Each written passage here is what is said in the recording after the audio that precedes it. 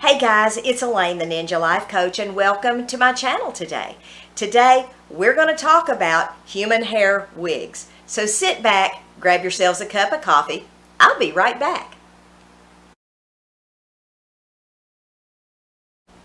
Hey everybody, I'm back. I have on the last human hair wig that I reviewed. This is Stella by Lily Hair, and I have cut the bangs and I have straightened her. Now, she was meant to be cut into a pixie style. Normally, when you get human hair wigs, you have to take them to your stylist and have stuff done to them. They come out of the box. They are a hot mess. I'm just being honest. They are not in a style that you're going to want to wear out of your house. What you're going to want to do, the first thing to do, and I haven't done anything to this wig other than cut the bangs, and I have straightened her a little bit with a flat iron to get her into a shape of some sort. But I am going to take her to my hairdresser and have my hairdresser mess with her just a little bit. But the first thing that you're going to want to do when you get a human hair wig is you're going to want to wash it and you're going to want to condition it. I haven't done that to this wig. I'm going to be honest. I haven't done anything like that to this wig. All I've done are exactly what I've said. I've cut the bangs and I've straightened it. Being involved with a human hair wig has been an experience for me.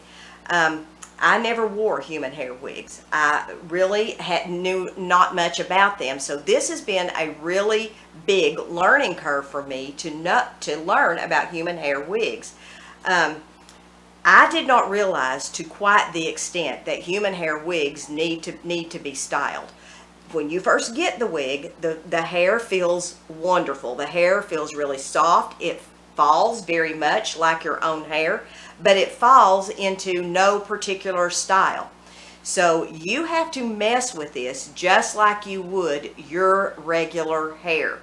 So I have really thin, fine hair, and I had to mess with this really more than I did with my own hair. So I did some research, started looking around at things, and I found out that that is really, really common with human hair. Now, in fact, I have actually been storing her on my wig head so that I don't have to style her every time I want to wear this wig. But as far as the feel of the hair is extremely, extremely soft and really nice.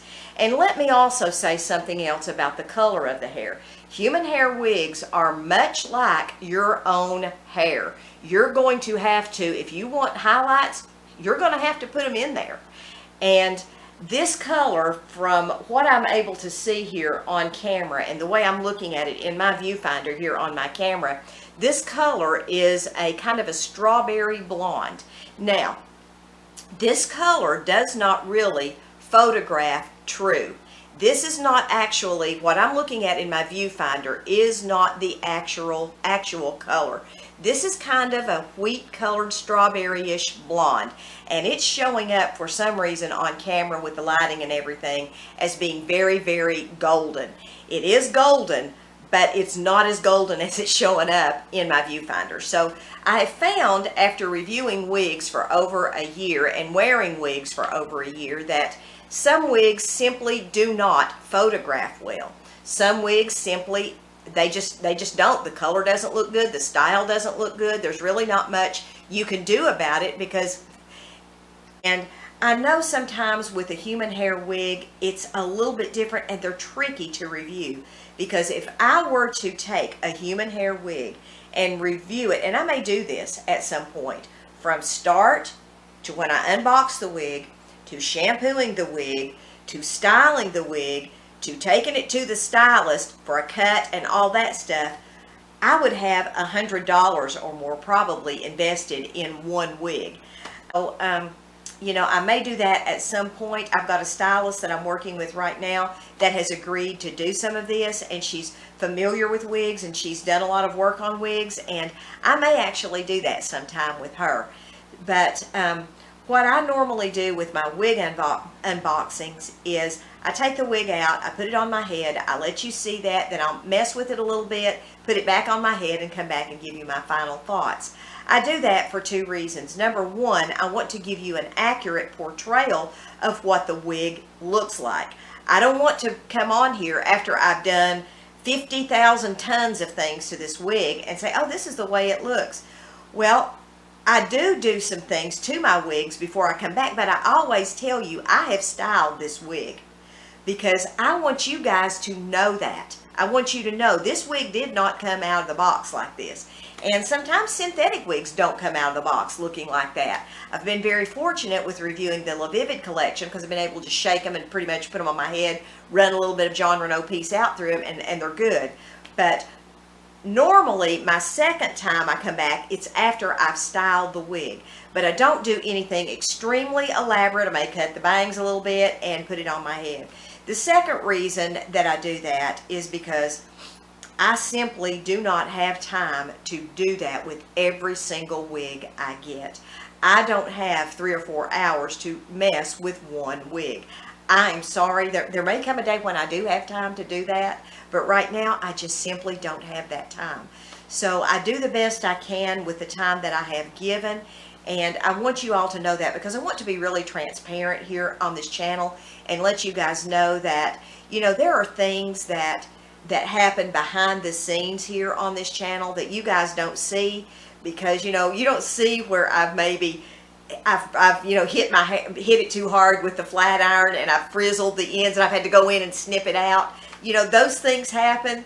That has actually happened to me a couple of times, and, you know, I haven't made a video about that because I didn't have my video camera on, but if I had, oh, that would have been funny. But maybe one of these days I'll do a video of that. I'll take you back in my bathroom with me while I'm styling a wig, and you can see all the mishaps and things that I do with wigs that I'll be like, well, that didn't turn out well. But I wanted to talk with you just briefly about human hair wigs and tell you guys, just bear with me. I'm doing the best that I can with human hair. Like I said, I've never worn human hair before, and it is a tremendous learning curve to me to be able to do this. But I'm very grateful for the opportunity to learn about them. And you know what? They're really starting to grow on me a little bit, especially the softness of the hair. And one thing, I will say one more thing. At the end of the day, I'm the one that is unboxing the wig. I'm the one looking at the wig. I'm the one feeling of the wig. I'm the one checking out the construction of the wig. I'm the one that is moving the part around. I'm the one trimming the bangs. I'm the one reviewing the wig. There may be things I see about the wig that enable me to give the wig a 5-star review, which you may not see on camera. You know, like I've said before, some wigs simply do not photograph well. But at the end of the day, I'm the one looking at the wig and I'm the one giving it the review. I can give a wig 5 stars, and if it's a $17 wig. I can also give a $200 wig 5 stars. I don't compare the two. I'm going to do a video in the near future about comparing a cheap wig and an expensive wig. But when I do the review, I can't do that. I can't hold up a $300 Ellen Villa synthetic wig and a $17 Amazon wig and compare the two and say, well, you're going to have to buy the Ellen Villa wig because it's $300. I'm not going to do that, because at the end of the day, each wig has to stand on its own merit, and there's specific things that I look for. I look for cap construction. I look for the softness of the hair. I look for the tabs. Are they nice and firm in the back? The straps, I'm sorry. Are they sewn in firmly? Does it have the metal tabs on the side like this one does, where I can bend the hair down to hug tighter to my head? How much work am I going to have to do to the wig? Is it high density, low density, medium density? Those are things I look at.